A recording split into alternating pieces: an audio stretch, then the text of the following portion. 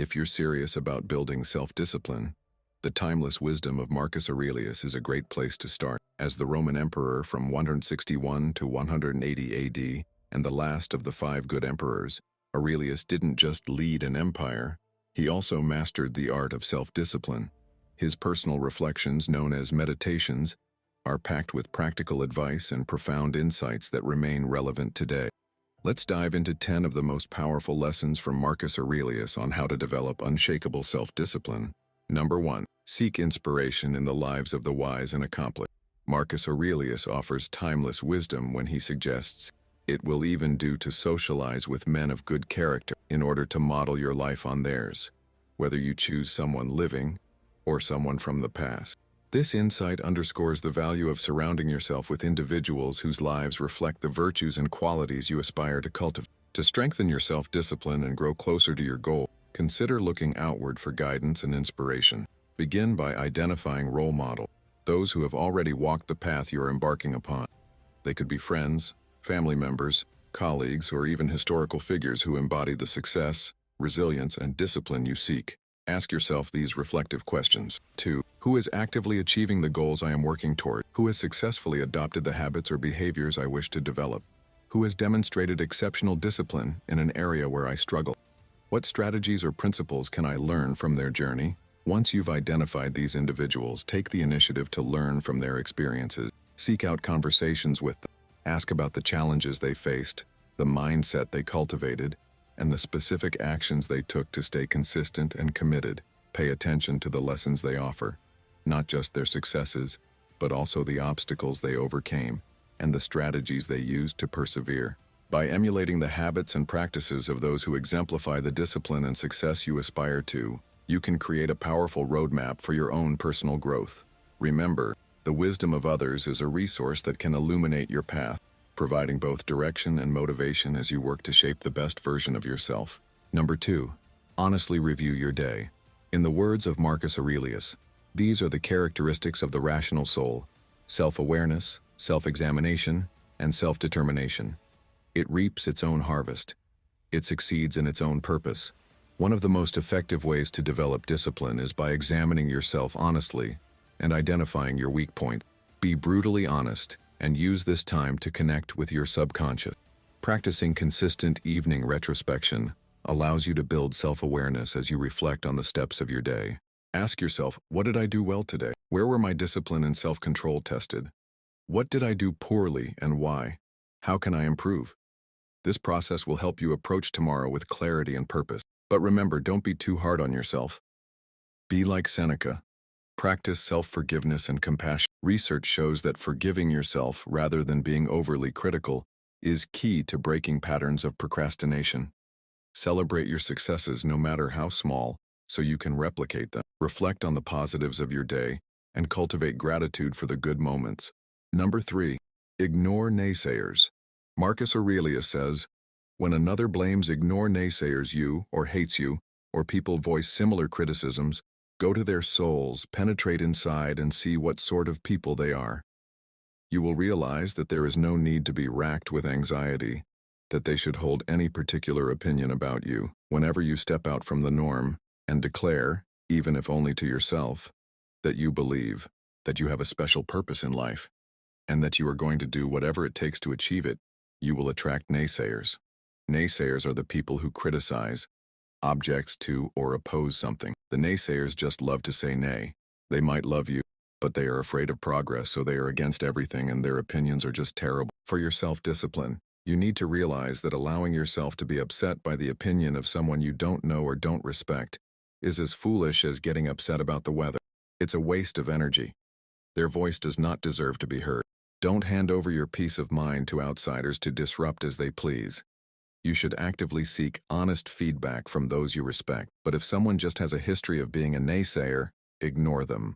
Number 4.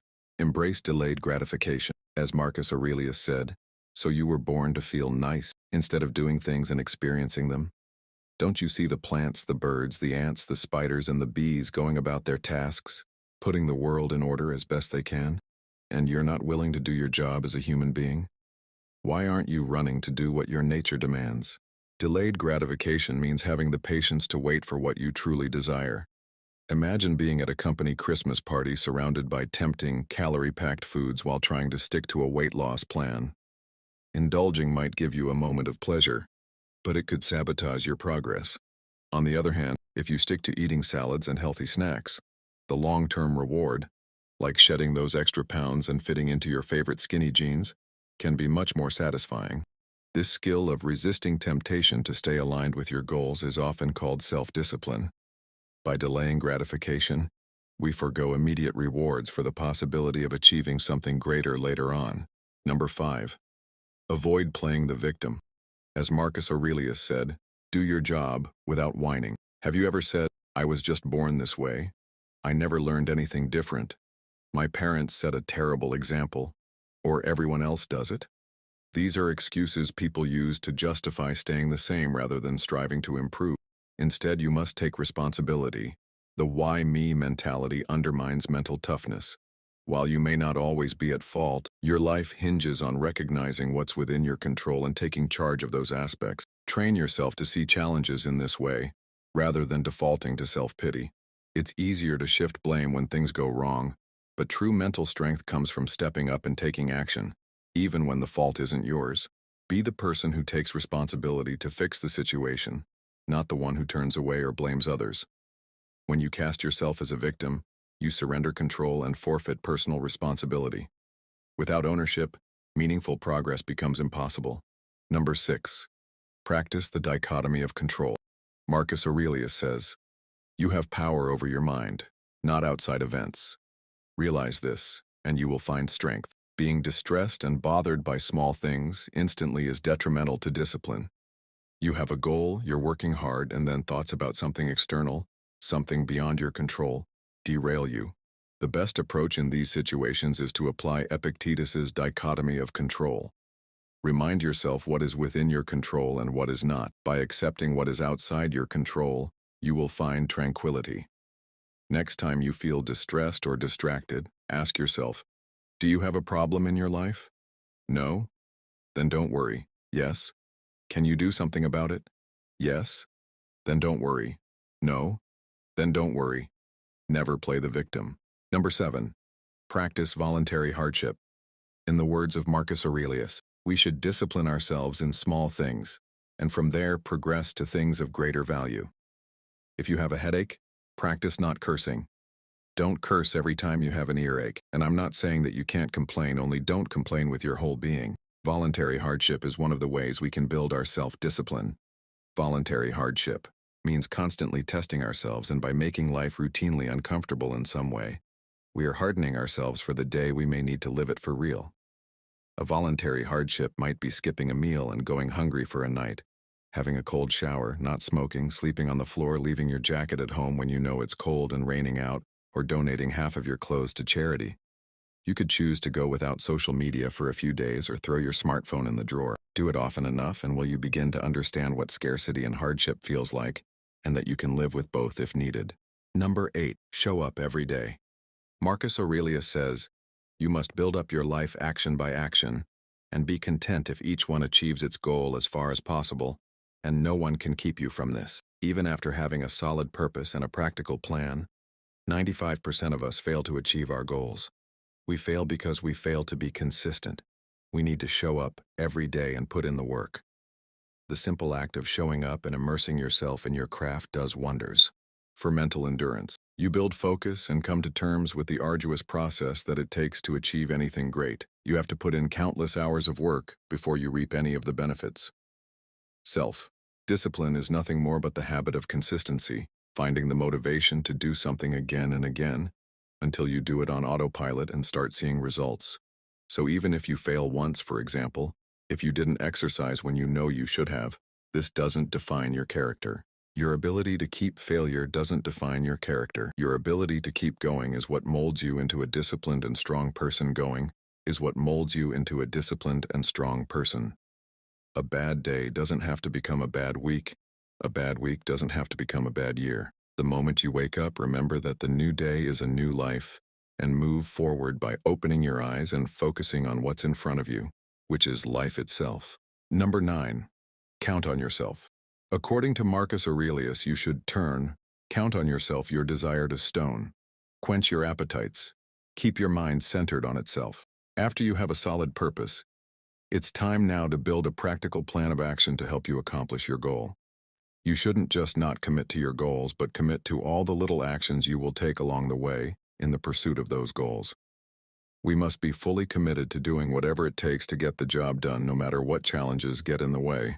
Self-discipline is the ability to get yourself to take action, to do what you need to do, regardless. Self-discipline is the ability to set yourself to take action, to do what you need to do of your physical, mental, or emotional state. Everything you want in your life, everything you want to have, be, and do, depends on your ability to get yourself to take the necessary actions to achieve your goals, whether you feel like it or not. You can start with forming an effective plan of action that is comprised of a deadline for accomplishing your goal. It must also be built on the foundation of mini milestones that break your goal down into manageable chunks. Mini milestones will ensure that you're working toward your desired outcome in small pieces and time blocks. This tactic puts you in the driver's seat. It gives you a sense of control over the tasks and projects you're working on. What you're ultimately trying to avoid is succumbing to being overwhelmed. Overwhelming can quickly digress to procrastination, and procrastination can subsequently lead to stagnation. And of course, where there is stagnation, self-discipline cannot exist. Number 10. Self-discipline starts with finding your purpose. Self-discipline starts with finding your purpose. Marcus Aurelius says, "I have to go to work. As a human being, what do I have to complain of if I'm going to do what I was born for, the things I was brought into the world to do? Or is this what I was created for? To huddle under the blankets and stay warm?" Marcus Aurelius believed that we each have a purpose, something that we were created for. It is our duty to carry out that purpose because it is purpose that gets you out of bed each morning. If you have a clear understanding of your goals and how your task fits within them, you are much more likely to complete it. For example, say you have a flat tire and need to change it. Your purpose is clear. Change the tire as quickly as possible so you can get on your way. You are going to do that task no matter how tired you feel. The biggest source of self-discipline is to have a reason to do the task. If you don't know what to do, just start. If you want to be a writer, write every day. If you want to be an artist, draw and create every day. Anything you want to do, you don't need any more motivation or research or advice. You just start practicing something you're interested in and tackle every day as it comes, because it is your purpose that will give you an internal desire, drive, and motivation to propel you forward toward your goal. Self-discipline is about finding compelling reasons to do something, then committing yourself to see that task or activity through to the very end. If you like this video, do make sure to check out more videos to help you find success and happiness. Don't forget to subscribe to us. Thanks for watching.